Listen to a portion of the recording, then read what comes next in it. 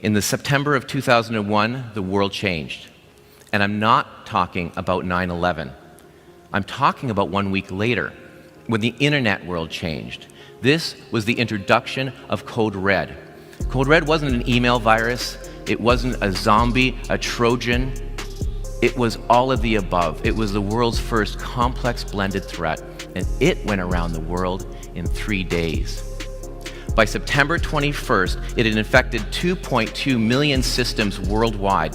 Governments took notice because they realized they could take this technology and bring it up to a whole other level.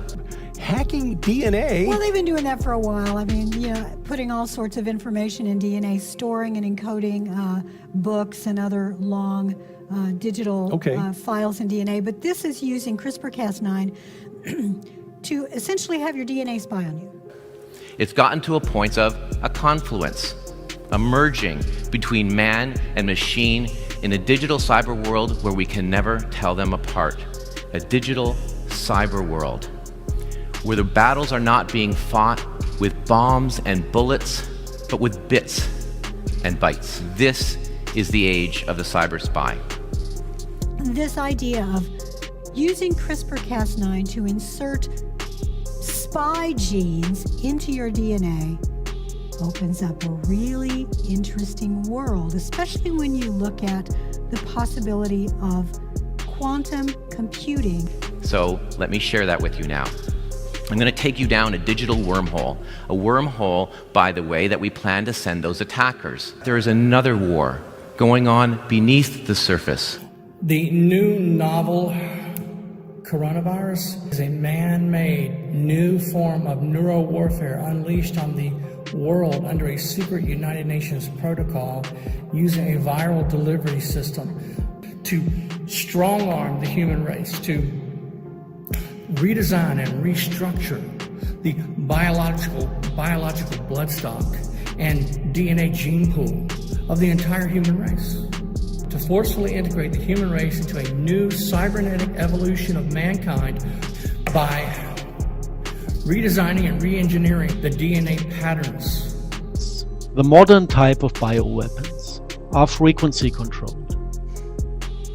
Yeah. So they don't even start doing any harm before they're not activated. Yeah. We saw that, for example, and this is an interesting story when we look into what's happening in the US. Sentient world simulation run by the intelligence community that is basically picking up data from transhumanistic technologies of all the people, creating a real world simulation. You see, if you're going to defend yourself against technology that replaces people, then the next step of convergence is to create technology that behaves like people, that in a digital world you cannot tell one from the other. We're capable of creating massive networks so real that you cannot tell them apart. And then the plan is to reverse the signal from the antenna systems they run, which is also always the phase array antenna technology. And they want to reverse the signals and basically to turn US citizens into biorobots. And once the person is infected with this virus, the coronavirus, these nanoparticulates migrate through the bloodstream to the brain and adhere to the neurotransmitters of the victim's brain and begin to speak to and decode those neurotransmitters through a process called directed energy flashing. So this is all done by this DNA. There's a new field of research. They realized that the base pairs can be mounted into a chain in a way that functions like a computer, like a logical element. And this is if you visualize this, it's like the old method with telephones, when you were dialing with sound. Every base pair has a resonance frequency. It's somewhere in the terahertz range.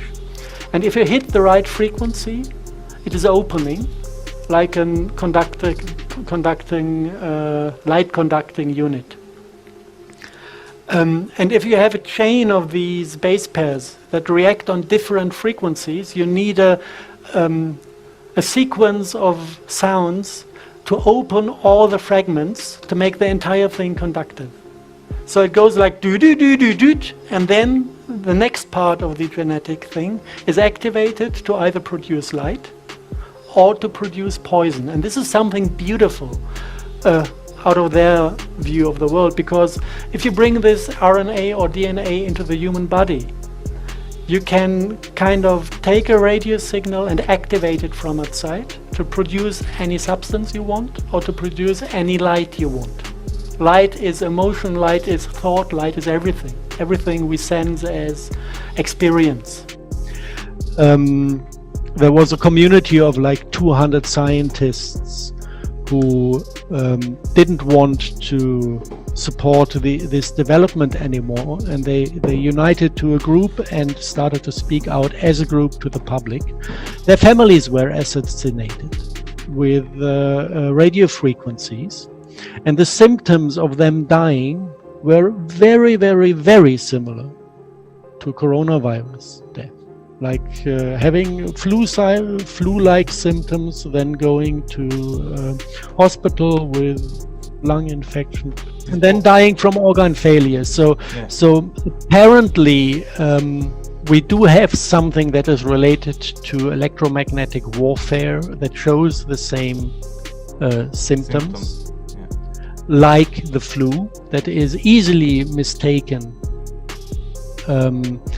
And then we can basically look to see in the United States, this is all a hidden agenda. Nobody is officially talking about the things, even if you have the terms that describe the technological system. So this is an agenda that is rolled out in the hidden in the United States. In China, it is actually the opposite. Yeah. In China, this idea of having a central AI controlling everything is rolled out in public, being sold as an AI goddess that is kind of the loving mother of the state, taking care of all people, making sure that everything is prospering in harmony. This is how they sell these developments. And still, every this is also absolutely public. Every citizen is getting a kind of a ranking system of collecting points of being nice or naughty. Yeah, the social credit system. Yeah, social credit system. So and people support that because Chinese people are afraid of each other, so they want each other to be cancelled out in case of getting naughty. This is their mentality, and they fully accept that. So this is on a completely different level. And what we do know is that Wuhan area is leading in 5G rollout worldwide.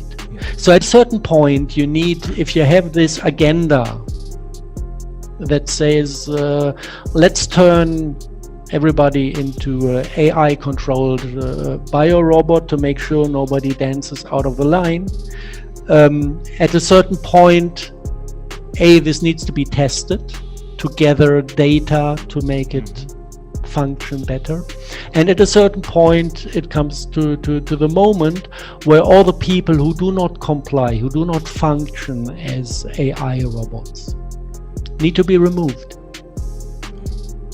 And I know the data from the United States, the guys who still continued after all the families were murdered from these group that started to talk openly about what HARP facilities were built for.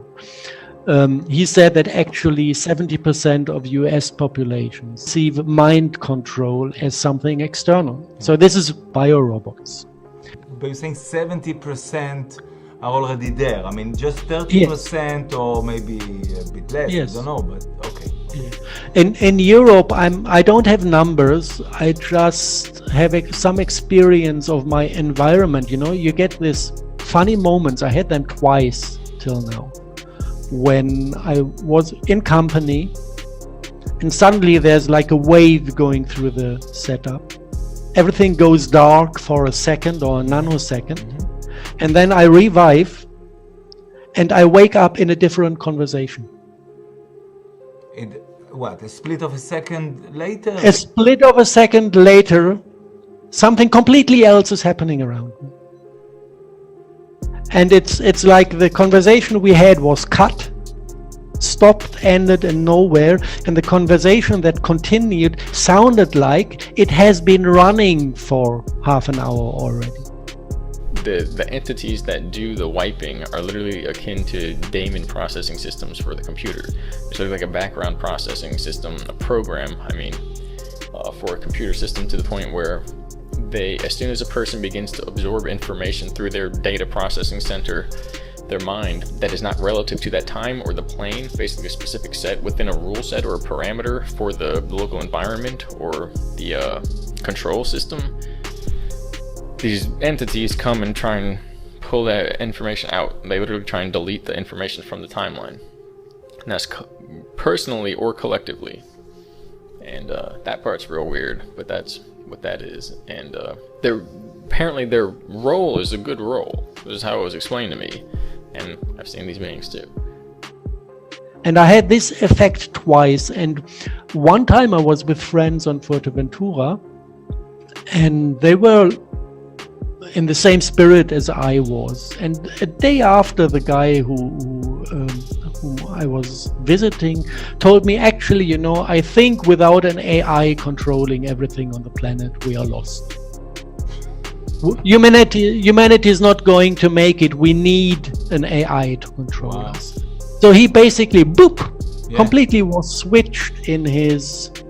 and there were actually 2 people on the table from 6 who perceived that moment of going dark and reviving and having the talk shifted.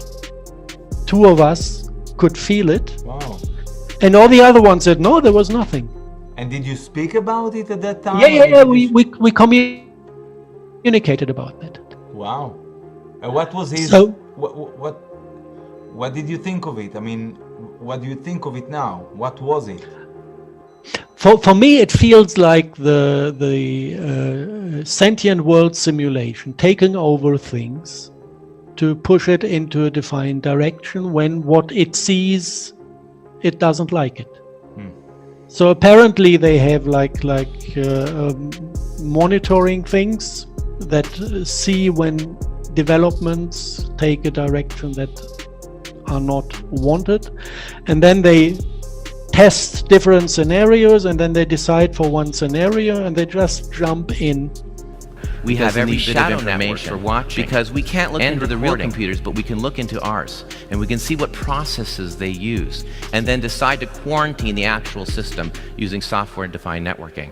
And then they can't talk out to the real world, and instead we tunnel them down to a shadow HR department that isn't real, but just behaves like real.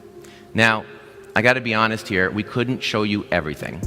We had to actually change a lot of names, scribble out some IP addresses, and we're not allowed to bring you as deep into the network as we want. It's a good thing, because if we showed you everything, we'd have to shoot you. So we've come to the end of our journey of convergence of man and machine, of confluence between 2 separate streams that come together to make things more powerful. We've seen technology go from completely separate from man to leveraged, to replacing man, to behaving like man. What comes after behaving, I wonder? Well, if history is any guide, the question shouldn't be if this technology will one day profoundly impact our lives. The question should be, will we ever even realize it? Thank you very much.